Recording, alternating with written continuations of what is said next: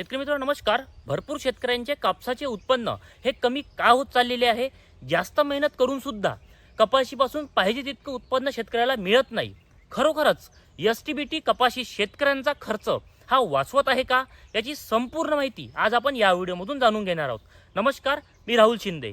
आजचा व्हिडिओ तुमच्यासाठी अत्यंत महत्त्वाचा ठरणार आहे, त्यामुळे हा व्हिडिओ शेवटपर्यंत नक्की बघा. आपण जर विचार केला तर 2017 पर्यंत भरपूर शेतकरी एकरी कपाशीपासून उत्पन्न 10 ते 15 क्विंटल सहज घेत होते. परंतु तुम्ही विचार केला आहेत का 2025 मध्ये शेतकऱ्याला एकरी उत्पन्न किती होत आहे, तर 3 क्विंटल पासून ते 7 क्विंटल पर्यंत.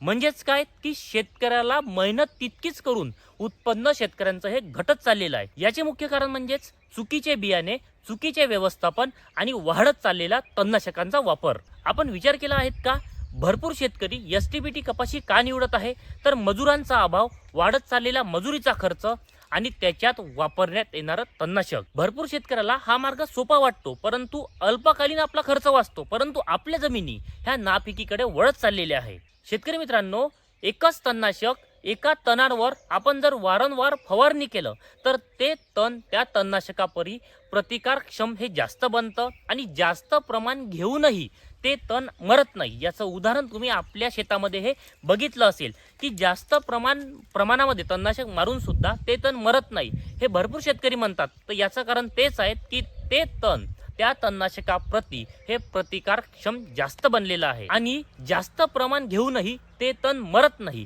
जसं की ग्लायफोसेट. तर मित्रांनो, तुम्ही बेकायदेशीर एसटीबीटी कपाशी लागवड करणार असेल तर त्या कपाशीचं नेमकं नुकसान काय, मी तुम्हाला या व्हिडिओमधून सांगतो. शेतकरी मित्रांनो, तुम्ही जर बेकायदेशीर एसटीबीटी कपाशीचे बियाणे लागवड करणार असेल तर त्याचे नेमके नुकसान काय, तर ते बियाणे कुठल्याही नियमावलीत बसत नाही, त्याची उगवण क्षमतेची कुठलीही चाचणी नाही, भविष्यामध्ये ते बियाणे उगवले नाही तर नेमकी याची हमी कोण घेणार याचंही आपल्यापाशी प्रूफ राहत नाही. म्हणजेच हे बियाणं खरेदी करत असताना याला बिल देत नसल्यामुळे भविष्यात जर काही अडचणी आल्या, समस्या आल्या तर नेमकी याची हमी देणार कोण, हा सगळ्यात मोठा शेतकऱ्यांसाठी माझा प्रश्न आहे. शेतकरी मित्रांनो, दरवर्षी 7.5 दशलक्ष पॅकेट हे विक्रीसाठी येतात आणि त्यापैकी 15% हे महाराष्ट्रासह राज्यामध्ये हे कपाशीचे पॅकेट विक्रीसाठी येतं. परंतु हे बियाणे जर अपयशी ठरले तर नेमकी याची जबाबदारी घेणार कोण. भरपूर ठिकाणी मजुरांचा खर्च हा वाढत चाललेला आहे आणि उत्पादन निश्चित नसल्यामुळे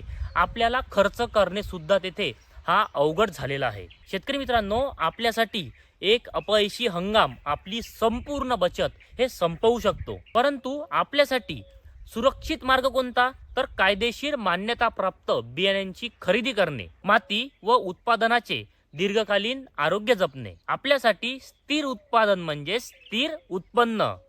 जबाबदार पद्धती भविष्यातील पिकांचे हे संरक्षण करतात. कायदेशीर बियाणे तुमच्या गुंतवणुकीचे संरक्षण करते. शेतकऱ्यांसाठी बेकायदेशीर एसटीबीटी कपाशी हा मार्ग सोपा वाटू शकतो, पण शेतीतील शॉर्टकट आपल्यासाठी दीर्घकालीन धोका सुद्धा ठरू शकतो. तर शेतकरी मित्रांनो, 2026 चे कपाशीचे बियाणे खरेदी करायचे असेल तर तुम्ही तुमच्या लोकलच्या दुकानदारापासूनच खरेदी करा. पक्के बिल घ्या, जेणेकरून तुम्हाला उत्पादनाची हमी राहील आणि एकरी उत्पादन वाढीसाठी नक्कीच मदत होईल. तुमचे काही प्रश्न असेल तर कमेंटमध्ये शेतकरी मित्रांनो नक्की विचारा. व्हिडिओ आवडला असेल तर जास्तीत जास्त शेतकऱ्यांना शेअर नक्की करा.